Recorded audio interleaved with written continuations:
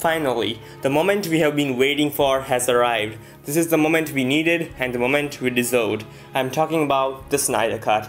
Here is my review for Zack Snyder's Justice League. After more than 3 years of fans demanding Warner Media to release a Snyder Cut of Justice League, well, thanks to HBO Max, we are getting it. So let's find out whether it was worth all the drama or not. Well, if you talk about me, I'm a big fan of Snyder's visual styles, his amazingly crafted action sequences, and his stylistic approach towards DC characters. Though I was never a big fan of his original 5-film arc, which I think has a lot of problems with it.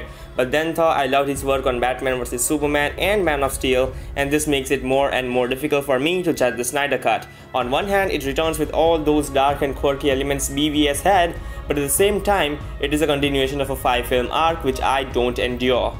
But let us just kick that thing out and concentrate on how good this movie was as a standalone project.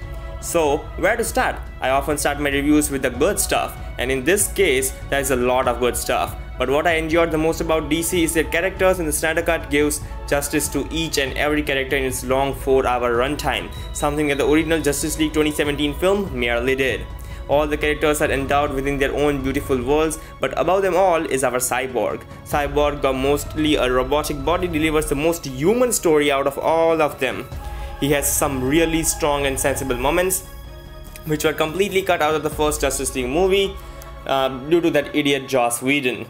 Cyborg is truly the heart of the Snyder Cut, and Ray Fisher does a phenomenal job bringing the character of Cyborg to life. After Cyborg, we have got Batman, who finally gets a lot of great scenes he needed and even importance which he was completely ignored in the first Justice League movie.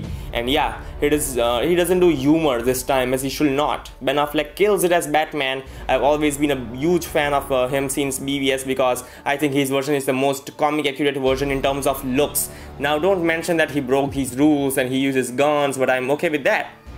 Aquaman on the other hand is Aquaman after all. He's the same cool guy from the original film who gets a lot of great scenes and really does make an impression and goes away. Coming to Wonder Woman, she was already good in the original film, but here we have that classy warrior Wonder Woman from the comics. She fights so good. Gal Gadot, as usual, is amazing. The Flash gets a lot of new scenes and even Iris is introduced finally. I don't really have any problem with Ezra Miller playing the Flash. He brings his own unique touch to the character. But I must say that the Flash is a lot better in this film than that. And that's quite obvious, of course. Finally, Superman. A huge problem with the 2017 film was that Superman took on Steppenwolf single-handedly, being called overpowered. Has the problem vanished? Certainly not. He still beats the hell out of Steppenwolf, but in a cooler way. He's not the same dude with an irregular jaw from the 2017 film. This time it is Henry Cavill back in glory as Black Suit Superman. And oh boy, he steals the scene.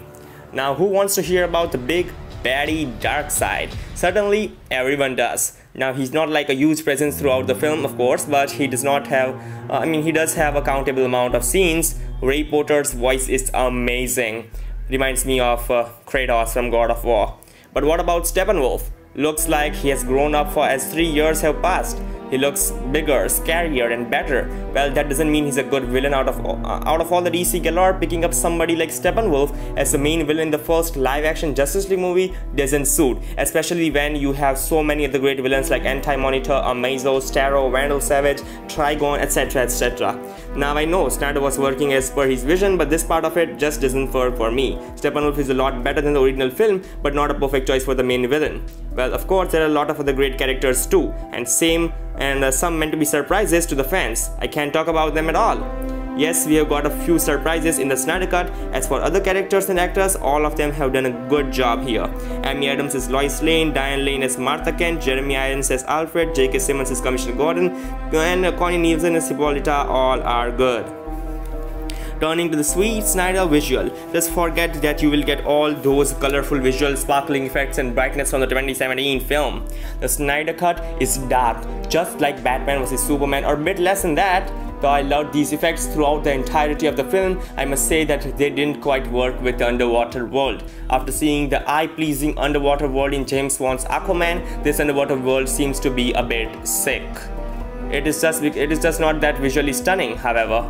Snyder has done a great job in the final battle and also in creating Apocalypse and Darkseid. That was incredible indeed. Coming to the action choreography, I think I do not need to mention it that Snyder is one of the coolest directors in Hollywood when it comes to the action choreography. His action sequences are jaw-dropping, and the same applies to this one. There are so many wonderfully crafted action scenes which are so well cinematographed. And screenplay, oh boy, the screenplay is a million times better than the Whedon cut. So many dialogues that keep giving you chills. I really appreciate that. The score of the Snyder cut from Tom Holkenborg is also uplifting. However, I also like Danny Elfman's version, but this one just seems more deep and grounded. So, with a 4-hour runtime, does the movie feel consistent? Surprisingly, it does. There are a lot of things going on, and it does not waste time on unnecessary things. It is divided into 7 chapters, all of which have something unique to tell and something deep to show. So does this mean it was all good? Actually, not. There were certain moments in this film which I think might be spoilers, so I won't address them, but I can mention them because they were spoilers. But those moments didn't work for me, but they rarely count. I mean, the few tiny moments do not count a lot in this review. So overall, Zack Snyder's Justice League is one of the most epic superhero movies ever in terms of its huge scale and a reason for DC fans to celebrate.